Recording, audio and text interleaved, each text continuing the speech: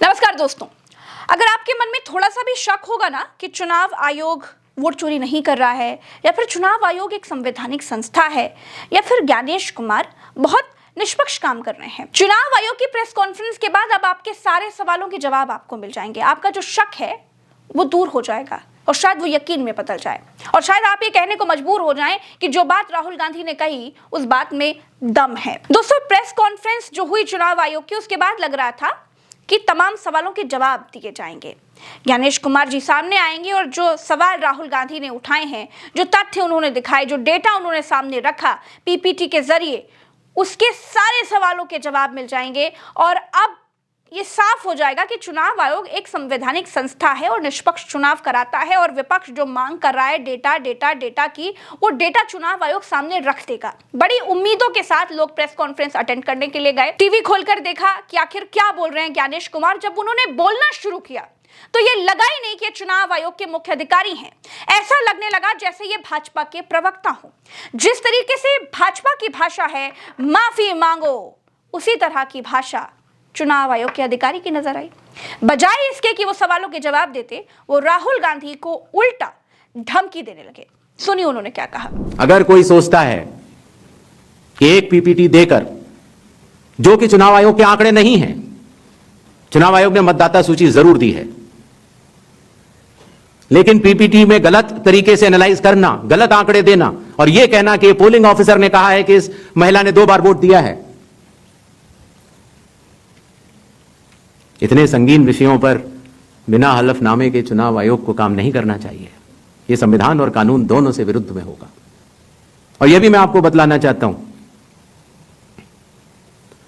कि यह सवाल जो आया था ट्रस्ट, मैंने आपको पहले भी कहा था कि जहां तक मतदाताओं की बात है, हिंदुस्तान में 60% से ज्यादा वोटिंग होती है। जो दुनिया के बड़े बड़े जनतंत्र जिसके लिए सोच सकते हैं, दुनिया का सबसे बड़ा जनतंत्र है भारत। दुनिया का सबसे बड़ी मतदाता सूची हमारे पास है, लगभग 90 करोड़ से 100 करोड़ के बीच में। सबसे बड़ी मतदाता सूची, सबसे बड़े चुनाव कर्मियों की फौज, सबसे ज्यादा मतदान करने वाले लोगों की संख्या, और इन सब के समक्ष, सारे मीडिया के समक्ष यह कहना कि अगर मतदाता सूची में आपका नाम एक बार और है तो आपने 2 बार मतदान किया होगा और कानूनी अपराध किया होगा, और मेरे सारे मतदाताओं को अपराधी बनाना और चुनाव आयोग शांत रहे, संभव नहीं। हलफनामा देना होगा या देश से माफी मांगनी होगी, तीसरा विकल्प नहीं है। आपके माध्यम से मैं यह भी कहना चाहता हूं, अगर 7 दिन में हलफनामा नहीं मिला तो इसका अर्थ ये सारे आरोप निराधार हैं। दोस्तों, ज्ञानेश कुमार की प्रेस कॉन्फ्रेंस के बाद संजय सिंह ने उनकी प्रेस कॉन्फ्रेंस को लेकर एक बड़ी बात कह दी है। उन्होंने क्या कुछ कहा उनकी प्रेस कॉन्फ्रेंस को, उन्होंने क्या कहा वो आपको सुनना चाहिए। चुनाव आयुक्त ज्ञानेश कुमार जी की बात को सुन के लगा कि उनका नाम दरअसल अज्ञानेश कुमार होना चाहिए। अज्ञानता की बातें की उन्होंने। या तो वो मूर्ख हैं या जानबूझ के मूर्ख बन रहे हैं, या वो हम लोगों को मूर्ख समझते हैं। ऐसी ऐसी बातें, ऐसी ऐसी तर्कहीन, तथ्यहीन बातें उन्होंने की, हम लोग सुन के हैरान हैं। उनसे जो सवाल पूछे गए उसका एक भी जवाब उन्होंने नहीं दिया। आपने 1 महीने के अंदर 25 जून से 25 जुलाई तक एसआईआर में 65 लाख वोट काट दिए बिहार के अंदर, एक भी वोट नहीं जोड़ा आपने 65 लाख वोट काट दिए।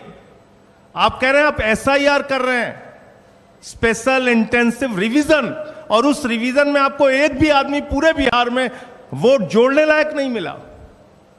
ये कैसा एसआईआर है आपका? दोस्तों, जिस एफिडेविट की बात, जिस हलफनामे की बात, जिस शपथ पत्र की बात बार बार ज्ञानेश कुमार कर रहे हैं, जिस तरह की धमकी दे रहे हैं कि आपको 7 दिन का समय दिया है, आप ओथ लेकर बताइए, आप साइन कर दीजिए, आप हलफनामे में लिख कर दीजिए कि आप सही कह रहे हैं, अगर आपने नहीं दिया तो फिर आप झूठे कहलाएंगे, आपको देश से माफी मांगनी पड़ेगी। ये जो भाषण दे रहे हैं ज्ञानेश कुमार, इसकी धज्जियां उड़ा दी अखिलेश यादव ने।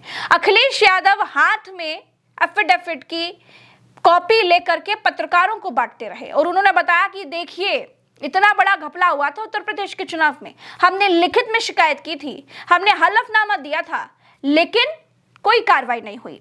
अब इस पर चुनाव आयोग के अधिकारी क्या कह रहे हैं वो भी आपको सुनाऊंगी, लेकिन पहले अखिलेश यादव के तेवर देखिए। ये रिसिप्ट आप लीजिए, एक कॉपी आप लीजिए। ये मेल किया, उसकी रिसिप्ट आपको दे रहा हूँ मैं।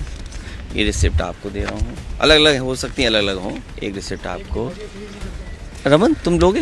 लो, अच्छा लो, हाँ अच्छा ठीक है। रिसिप्ट बहुत छोटा है, प्रिंट आउट अच्छा नहीं निकाल पाए, ठीक है। तो ये अब रिसिप्ट पे आप क्यों नहीं ले रहे हो?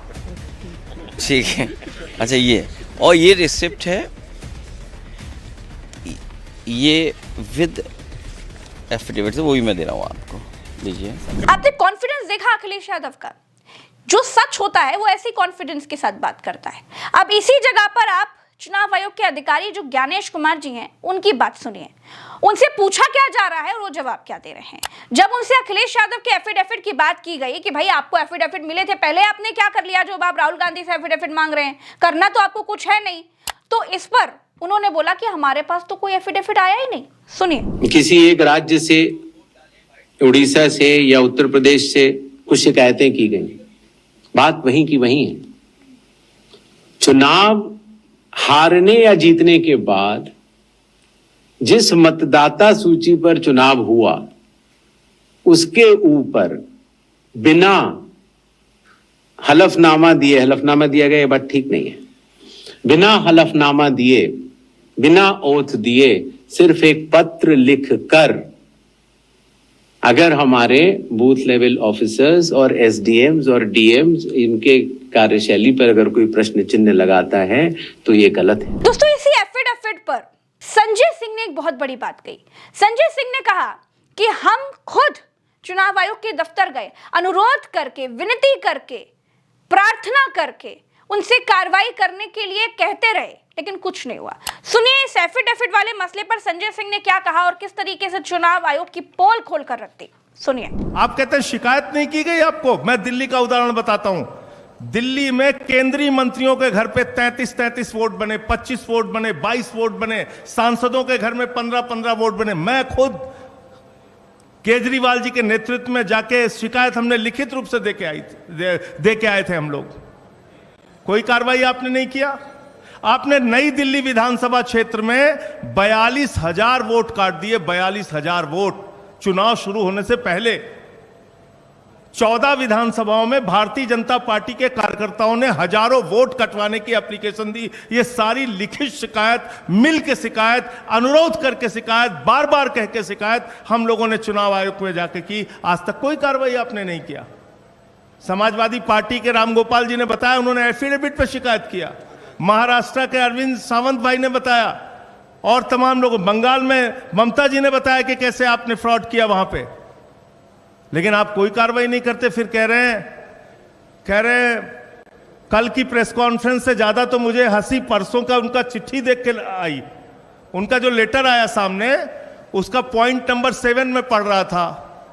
कहने लगे साहब गड़बड़ी हुई है, लेकिन राजनीतिक दलों ने हमें नहीं बताया कि गड़बड़ी हुई है। तो मैंने कहा ये तो वही किस्सा हो गया कि एक बदमाश थानेदार आया एक इलाके में, उस थानेदार ने अपने सिपाहियों के साथ मिलकर इलाके में डकैती डाल दी। तो फिर वो थानेदार पकड़ा गया।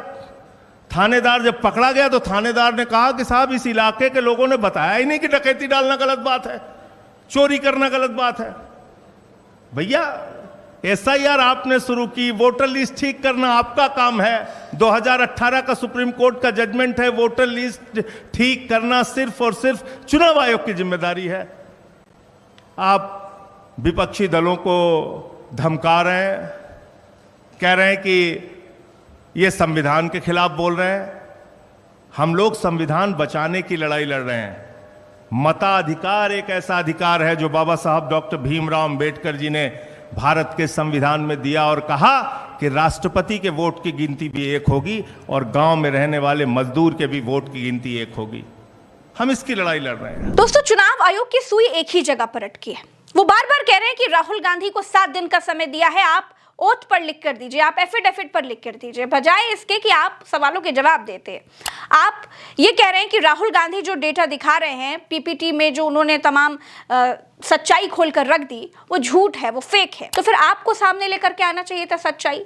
आप जब प्रेस कॉन्फ्रेंस करने के लिए आए तो आपको वो डेटा लाना चाहिए था और बताना चाहिए था कि ये देखिए, ये राहुल गांधी ने सही नहीं बताया। उसके बाद आपको जो करना होता आप करते, लेकिन आपने क्या किया, आपने सिर्फ मुंह से बोल दिया कि वो सब गलत है। दोस्तों, मनोज झा ने क्या बोला आपको सुनना चाहिए। आज विपक्ष के तमाम अलग अलग दलों के सांसदों ने एक बड़ी प्रेस कॉन्फ्रेंस रखी और उस प्रेस कॉन्फ्रेंस में भी चुनाव आयोग की प्रेस कॉन्फ्रेंस की धज्जियां उड़ा दी। कैसे ज्ञानेश कुमार झूठ बोलते नजर आए वो आपको पता चल जाएगा। सुनिए मनोज झा ने क्या बोला।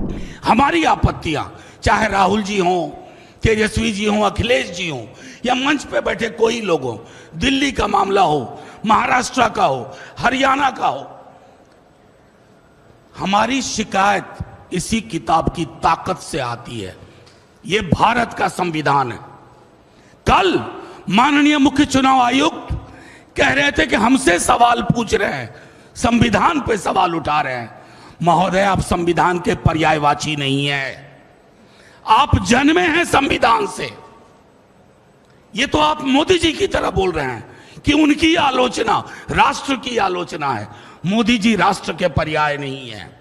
सरकार हो, संसद हो, न्यायालय हो, पॉलिटिकल पार्टीज हो, हम इस किताब की ताकत से पैदा हुए हैं और इस किताब की आड़ लेकर के आप इसकी धज्जियां मत उड़ाइए।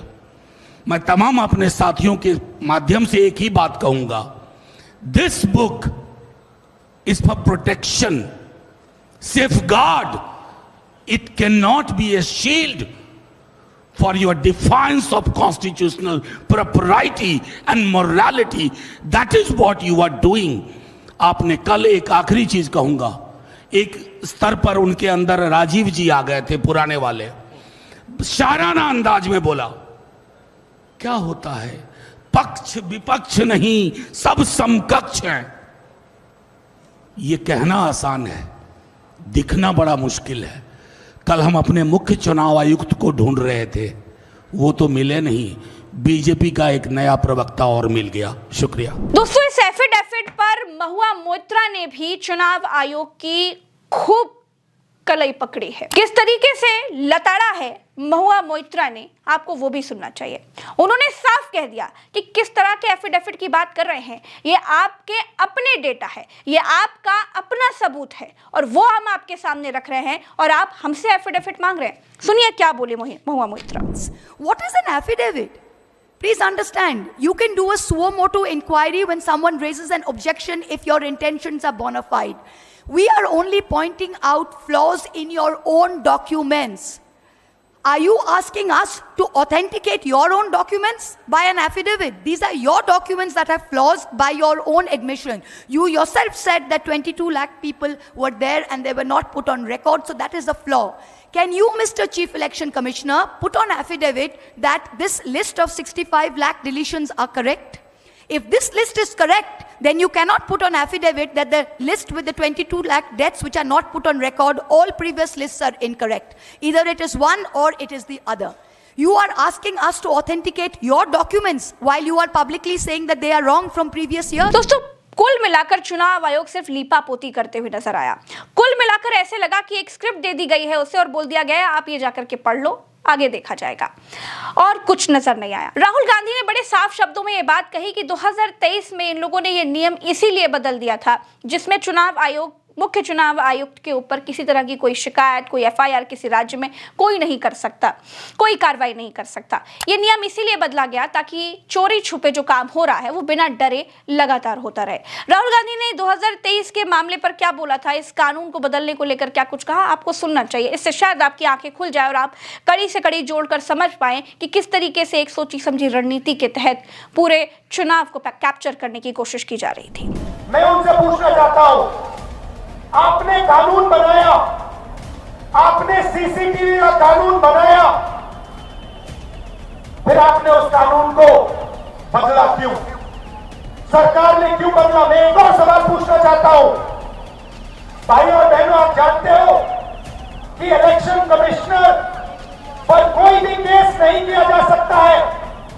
आप जानते हो कि हिंदुस्तान का कोई भी court, high court, supreme court उन पर केस नहीं कर सकता है। आप जानते हैं कानून कब बना? जानते हो 2023 में यह कानून बना। यह कानून 2023 में क्यों बना? क्योंकि नरेंद्र मोदी और अमित शाह ये चाहते हैं कि इलेक्शन कमीशन के खिलाफ कोई कार्रवाई नहीं कर पाए, क्योंकि इलेक्शन कमीशन उनकी मदद कर रहा है, उनके साथ वोट चोरी कर रहा है। और हमने इंडिया गठबंधन के बिहार के नेताओं ने मन बना लिया है कि बिहार में हम वोट चोरी नहीं होने देंगे। सवाल नहीं उठता, वोट चोरी नहीं होने देंगे। दोस्तों मेरे साथ फिलहाल इस वीडियो में इतना ही। क्या कुछ हुआ हम आपको बता रहे हैं। देखिए आज देश में बहुत सारे सवाल उठ रहे हैं। चुनाव आयोग एक निष्पक्ष संस्था है। चुनाव आयोग की निष्पक्षता पर लोगों को सवाल नहीं उठाने चाहिए थे, लेकिन आज उठ रहे हैं। क्यों? क्योंकि चुनाव आयोग शक के घेरे में खड़ा हुआ है और बजाय उस शक को दूर करने के चुनाव आयोग धमकियां दे रहा है। ये एक सबसे बड़ी दिक्कत है और भाजपा की भाषा बोल रहा है। तो आखिर क्यों चुनाव आयोग को बचाने के लिए भाजपा आ जाती है? आखिर क्यों चुनाव आयोग एक सही जवाब सामने नहीं रख पा रहा है, सबूत सामने नहीं रख पा रहा है कि वो निष्पक्ष चुनाव कराता है? ये सारी चीजें क्यों हो रही हैं, इन सब पर बात कर रहे थे। हम फिर मिलेंगे आपसे अगली वीडियो में। अभी के लिए इतना ही। चैनल को सब्सक्राइब कीजिएगा। नमस्कार।